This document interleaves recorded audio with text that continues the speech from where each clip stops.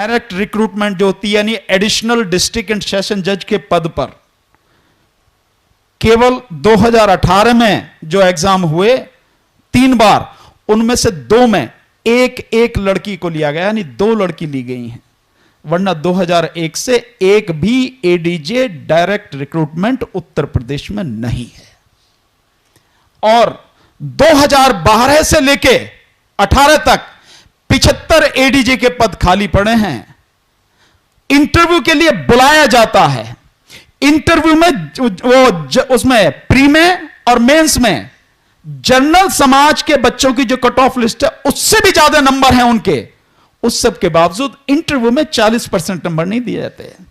इस 2018 की बता रहा हूं, 12 बच्चे एडीजे के लिए लेने थे, 6 को इंटरव्यू में बुलाया गया, 1 लड़की को लिया गया, किसी और को नहीं लिया गया, सिर्फ 1 को। सब नेताओं के सामने ऐसा तो नहीं है सरकार खूब रही, सबके सामने हुआ। और अब इससे आगे की बताता हूं, पिटीशन डाली गई इसी सिलसिले में सुप्रीम कोर्ट में। सुप्रीम कोर्ट में जस्टिस गवई हमारे अपने हैं, जस्टिस नजीर अहमद मुस्लिम हैं, अपने ही मान सकते हैं। इनके सामने ये पिटीशन डाली गई, सारे डाटा देके कि ये स्थिति है। पता है क्या कह के उन्होंने पिटीशन जो डिसमिस कर दी? हाईकोर्ट जाइए आप, इलाहाबाद हाईकोर्ट जाइए, यहां नहीं, अभी इलाहाबाद जाइए। क्या करेंगे इलाहाबाद में? तुम्हारे सामने पूरा डाटा पड़ा है, तुम्हारे सामने है, तुम समाज के वजह से हो, तुम्हारे पास आर्टिकल 32 के अंतर्गत पावर है, 142 के अंतर्गत पावर है, अपने आप जो करते क्यों नहीं? तुम्हें क्या दिक्कत पड़ी? तुम्हें क्यों भेज रहे हो तुम? जब तुम्हें मालूम है कि 2001 से 1 को भी नहीं लिया गया, फिर भी तुम हाईकोर्ट वापस भेज रहे हो। और वहां होगा क्या? वहां पिटीशन एडमिट की जाएगी, एडमिट करके डाल दी जाएगी, ये जितने भी बच्चे हैं इनकी सबकी उम्र निकल जाएगी, उसके बाद डिसाइड होगा। तो कर लो आपका क्या हुआ।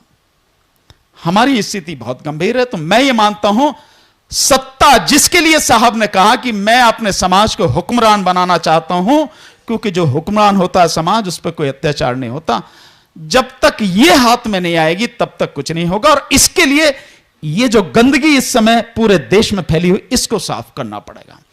रही बात हाथरस की, सर हम चाहते नहीं, हमारा हाल यह है, हम इतने गुलाम हो गए हैं, इतने स्वार्थी हो गए कि चाहते नहीं है कि कुछ हम ले सकें अपने दम पर। सत्ता नहीं है हमारे पास, ये मैं मानता हूं, लेकिन पूरे वाल्मीकि समाज जिस दिन चाहेगा उस दिन इस देश में हर किसी की हालत खस्ता कर देगा, सिर्फ 2 ही दिन में। काम बंद कर दो, और मैंने अपने वीडियो में यह बात कही, पूरी तरह से काम बंद कर दो। राष्ट्रपति भवन हो, प्राइम मिनिस्टर हाउस हो, चीफ मिनिस्टर हो, कोई सड़ जाने दो सबको, कि चिंता की बात नहीं। सफाई तो तुम ही करते हो ना, 2 दिन में अकल ठिकाने आ जाएगी। लेकिन कोई भी काम छोड़ने को तैयार नहीं, अपने स्वार्थ में ऐसे डूबे, किसकी बात करोगे?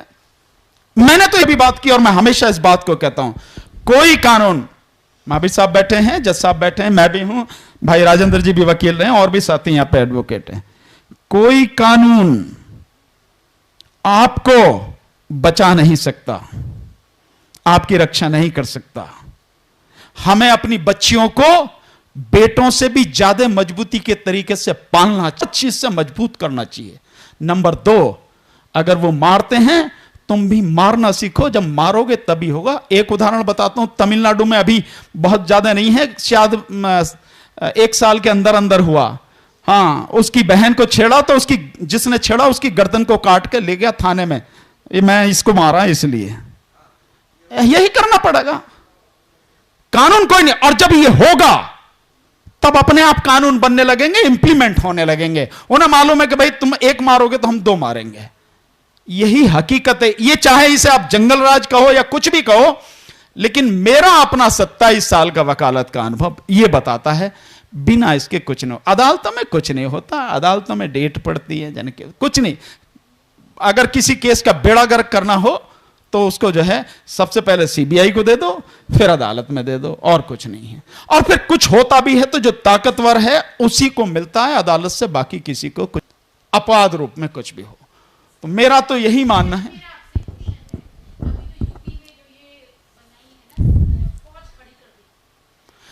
देखिए, मैंने इस विषय पे कहा है, जो एसएसएफ बनाई है, स्पेशल सिक्योरिटी फोर्स, आप हिटलर का समय ध्यान कर लीजिए, हिटलर ने भी गुस्टाव नाम से एक फोर्स बनाई थी। वो इसीलिए बनाई थी जो उसके विरोध में बोलेगा उसे पकड़ो, या तो जेल में बंद कर दो, ज्यादा खतरनाक हो तो मार दो।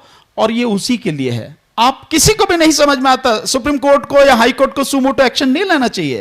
इलाहाबाद हाई कोर्ट में पीआईएल फाइल हुई, उस पर आदेश के बाद में ये बनी है, तो उसको नहीं चाहिए कि जुडिशियल स्क्रूटनी से क्यों बाहर रखा गया इसको, फोर्स को, यानी अदालत का कोई हस्तक्षेप नहीं हो सकता। क्यों भाई? क्या ये दिखता नहीं है? नोटिफिकेशन है बाकायदा। तो सुप्रीम कोर्ट को सुमोटो लेना चाहिए कि अदालत के उससे बाहर कैसे रख लोगे आप? तुमने बढ़िया बनाया तो तुम्हें डर क्या है? लेकिन अदालत के उससे बाहर किया जा रहा है और सब आराम से शांत बैठे हैं। और आने वाले समय में यही होगा, जो भी बोलेगा टारगेट करके मारा जाएगा। और मैं दावे के साथ कहता हूं, उत्तर प्रदेश में जो 2022 में चुनाव होने वाला, उससे पहले यह कांड शुरू हो जाएगा। हर व्यक्ति जो भी बोलने वाला है उसको उठाया जाएगा, बंद किया जाएगा और मारा जाएगा। इसलिए ये जो चीजें हैं, बिना इनको आप हटाए कुछ इसका आप हल नहीं निकाल सकते। मैं तो ऐसा समझता हूं, जो प्रैक्टिकल सामने दिख रहा है, ये जब तक रहेंगे तब तक ये ऐसे ही होता रहेगा। क्योंकि जिन एमएलए और एमपीओ की बात कर रहे हो, वो इक्का दुक्का कोई हो, अच्छा बहुत बढ़िया, धन्यवाद उसको। बाकी सारे के सारे जिस पार्टी के हैं उस पार्टी के बंधुआ मजदूर हैं। और जो बंधुआ मजदूर होता उसका कुछ अस्तित्व नहीं होता, बेकार होता, किसी काम के नहीं। रही बात दूसरी, हमें खुद अपने समाज की स्क्रूटनी करके अच्छे लोगों को लाना पड़ेगा सामने, और उनके साथ खड़े होकर उन्हें जिताना पड़ेगा, तभी होगा। नहीं तो नहीं। ये तो गुलामों को ही खड़ा करते रहेंगे, वो जीते रहेंगे और हम लोग तमाशा देखते रहेंगे। हमें इन चीजों का विरोध करना चाहिए। मैं तो इतना सा मानता हूं, आपने समय दिया, आगे कभी फिर होगा तब डिबेट में जब भी होगा। बहुत बहुत शुक्रिया। जय भीम, नमो बुद्धाय। एक सवाल है आपसे रजी, बताइए। मेरा वकील साहब से सवाल नहीं है, मैं तो वकील साहब को एक सजेशन दूंगा। वकील साहब आप बैठ जाइए, मैं थोड़ी 5 मिनट लूंगा बस।